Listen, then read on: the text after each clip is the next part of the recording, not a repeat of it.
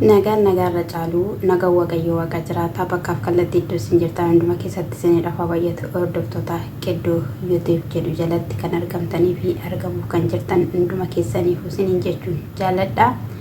Asumaan caaltuu bakka gammaddee akkasumallee hordoftoonni caaltuu warri caaltuudhaaf dhibbachaa turtan bakka gammaddan isin jechuun jaaladha. Inni kunis mucaan caaltuu akka argamte jechuudha kan seedoon fa'ii dubbachaa turanii argineerraa dirqamaanii jaartiin ajjeesuni imtee jirti dura kan immoo diddee yookiin immoo ibsaatti qabsiisanii yeroo itti godhanii humna ol taanaan bakka jirtu imtee jirti jedhanii jiru jechuudha. Kana gidduutti egaa haala kamidhaan caaltuutti kennina jedhanis dubbachaa turanii isaan duras immoo akkamitti akka amanan maal akka godhanii akkasumallee oolaallee akka qalanii hindaanqollee akka qalanii dhiigashiis akkasuma amantii isaanicha isaan irratti hojjetan sanadhaa fi mudiira isaaniitiif akka geessanii foon immoo dhalootaaf akka laatanitti dubbattee jirti jedhanii jiru. Waaqayyo kana nama haa baasu nama haa oolchu. Egaa isheen dhaloota naannoo sanaa akkasumallee dhaloota Oromoo kan ta'an baay'ee isaanii dhugaa dubbachuudhaaf jaanjessiteetti. Egaa waan baay'eetu jira. Waan baay'ee dubbataniiru keessa afaan isaanii qaqqabachaadha kan isaanii dubbachaa turan jechuudha. Haa ta'uyyuu malee hojiin isaanii akka gaarii hin taanetti jechuudha. Waan baay'ee haasawaniiru. Egaa caaltuuttis immoo sapiraayisii goonetti kennan sapiraayisii goonetti kennuun hin danda'amu wallaaluu dandeessi jedhanii jiru jechuudha. Kanaafiyyuu gaddattimna jedhe abdiin akkamittiin gaddattimnamaa jechuudha. Innaani namni lotariin baheef tokko gaddattimanii ka'anii qarshii isaatti kennu. Kanaafiyyuu akkas goonaa jennaani seedoon didee haa ta'uyyuu malee akka ta'u ta'ee itti kenne ta'aati jennaan maa jechuudha. Nama maqaa koo hin dhooftu situ kaleessas gargaaraa ture si wajjiniin ta'aa ture waan ta'eef sumatu itti kennaa jedhe jechuudha. Seedoon akkamittiin akkas jetta jennaani waan hin jedheefan qaba ani bakkee biraas deemuufan jira. Kanaafiyyuu jedheen jechuudha.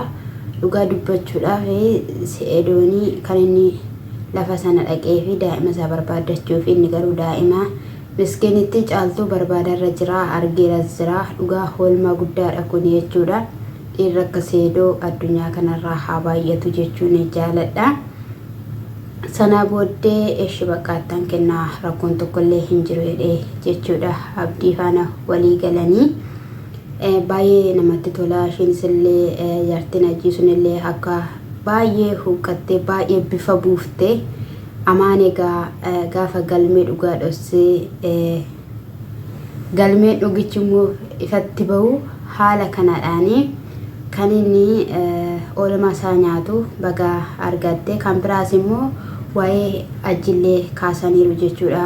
Ajjiini baay'ee sammuun tuqamee jira. Afaan Oromoo dhiisee afaan Chaaniyaa haasawaa poolisootatti afaan Chaaniyaa kan inni haasawu anaaniyyuu na wallaalee kanarraatidhaan kan ka'e sheekatti finnee irratti qaraasisaa jirraa hin fayyajinne abdii qabna. Kanaafiyyuu isinillee du'aayii godhaafi jedhanii jiru. Inni kan biraamoo jechuudha baay'ee kan ajaa'ibee na dhiisu didee viidiyoo sana ni galeessan argee jechuudha. Caaltuudhaanii qoree ilaalee ture jechuudha.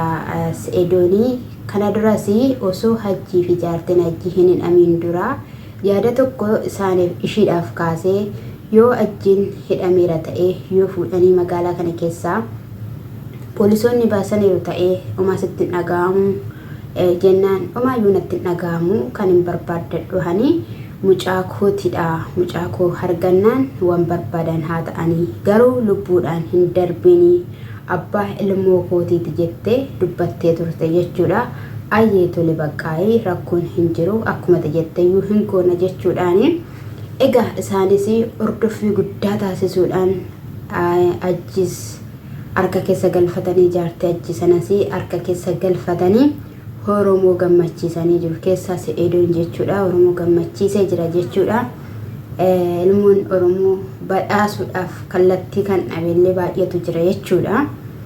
Isa kanadhaan kana gidduutti egaa isheen dhuftee yennaan itti murtaa'uudhaaf jira. Itti murteessuudhaafidha. Kanaafiyyuu itti murteessuu dhaniiru. Ishitti waggaa 17 itti murteessanii jennaan ishitti xinnaataa. Kuniyyuu ishitti xinnaataa. Ishee hidhamuu qabdii, barachuu qabdii jettee jechuudha. Sana booddee ajjittis immoo waggaa 3-4 irraa hir'isaniitu waggaa 13 irratti murteessan jedhe jechuudha. Kana gidduutti Caltuun jechuudha lafa teessuu kaatee olu taaltee waan taate sanitti himuu hin danda'u jechuudha. Akkamittiin hidhama isa jedhu yuushiin akkamittiin hidhama majjagii jettuu jettee dhugaa dubbachuudhaaf jennaan jechuudha. Gaafa mucaan kee qabamtee, gaafa gadirfamtee, gaafa boochee jettu sana jechuudha. Akkana hin jenne ture. Qilleensi seensisa akkasin hin baan angasin duutanitti jechaa turte viidiyoo waraabdee jechuudha. Sana booddee maa jechuudha akkamittiin naataa maanneennan abbaa ilmoo kootiiti ilmoon abbaa koo fidinaan jechuu dandeessi gaaf sana eessaan itti fidaa. Kanaafiyyuu akkasumattiin jiraatu mana kana keessaa jette jechuudha. Akkanin jedhu Caltuu jechuudha. Maaliif akkas jettinaan jechuu dandeessu miidhama ajjii barbaadda naan jechuu dandeessu. Ani miidhama nama kamiyyuu hin barbaadu. Ani jalqabayyuu jedheera ajjiin abaarsa wayii tolcha wayii kan itti hojjetame qabaa. Hojjete akka hin eebbifamne gaa'ela isaatti akka hin eebbifamne waan hundumaaniyyuu akka kantuu jireenya kantuu jiraatudhaaf waan irratti hojjetame wayiitu jira jedhee dubbadheen ture jechuudha. Ani miidhama isaa hin barbaadu ta'u qajeelee gaa'ela isaatti hojjete akka nama kamii jijjiirame baay'ee natti tola. Maaliif jennaan namadhaaf ilma Oromoo waan ta'eef jechuudha. Egaa kana gidduutti baay'ee naatee baay'ee tokko achi innayin bakka maaliif naataa jennaan ani yoomin akkana siin jedhe Se'eedoo maal jechuudha akkam jechuudha waggaa 13 jechuun innet mataa ishee qabattee iyya gaditti dhiiste jechuudha. Egaa innayin jedheen inni jechuudha baay'ee tokko innayin bakka rakkoon qabu jedheeni kan hin jedhu jechuudha. Namoonni baay'een namoonni dhugaa dubbachuudhaaf jaalala hajjiif deebitee jaalala hajjiitidha. Ishii mucaan quban qabdu ajjiidhaan malee jecha namoonni turanii jiru dhugaa dubbachuudhaaf. Aniyyuu jedheera yeroo duraanii haadha daa'imaatii waan isa wallaalteetime jedhee aniyyuu dubbadheera. Garuu immoo gara booda keessa immoo mucaa dagattee gara hajjiitti deebite. Ammas immoo mucaanoo harka ishee keessa hin galle inni mana hidhaa keessa jira. Mucaa sana hin fudhanne akka isaan illee viidiyoolee hojjetanillee mucaan isheellee argamteellee ittiin himni isaan dhosaniiti kan isaan jiranii. Kana gidduutti ta'u mucaan ishee harkas isheellee hin galin hajjiidhaa fi hu'u jettee maraatte jechuudha. Abeetu geetaawwe. Ammaani akka shakketti Caltuun rakkoo guddaa qabdi dhugaa itti hojjetameera. Caltuun gara nagaan qabaa fayyaan qaba jetti malee natti hin fakkaanne gara sheekaa fuudhaatii deemaatii irraa ba'u dhugaa dubbachuudhaaf jechuudha. Yoom sirrateet yoom hidhameet edda hidhamanii torbaaniyyuu hin geenye yoom wanni ta'aniiti meeganaa amma kana ishee wallachiisa. Waggaa 10 meeqa dhiisite jechuudha. Waggaa dhiisichi ayyuu hin hidhamneen akkatti isa wallachiisu maalidha?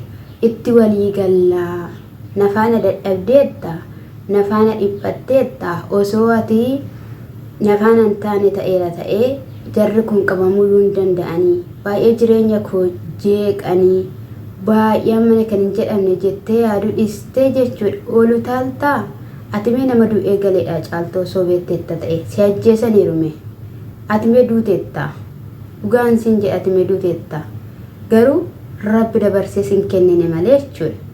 Kanaaf iyyuu kana hunduma dagattee akkamitti leenji'uu qaba malee yoom leenji yoom beela'e isaanii irratti hojjetame jedhanii abdiin fa'i yoom biraafan seedoon fa'i yoom biraafan bira deddeebi'anii wantoota garaagaraa gochaafii jiru yoom leenji'eetti yoom cagadameetti yoom mi'a dubartii gaarii bareetti ati isaaf gaariidha ati isaaf waan hundumaadha garuu inni hin barre ajjiin hin barre ati maaf akkatti tollalta waatu jira waatu jechuudha na enollatiin dhugaan siin jedhe namni si taasisa jechuudha yende dhalli kee osoo harka kee keessa hin galiin maal yoo mucaa ishee duudaa ilma dhiira sammuna ga'u kanaaf hangayyitu mucaa ishee duudaa ishee waggaa lama hin geenye akkatti yoo iyyite akkatti yoo cannaqamte inni namni na qorallee maali dhalleen jettu yeroo hunduma sidaas hin kaameeraallee keessooti na baay'ee nama ajaa'iba dhugaa dubbachuudhaafi siniin jechuun jaaladha hordoftoota kiyya waaqessinaa heebbisu subscribe like naaf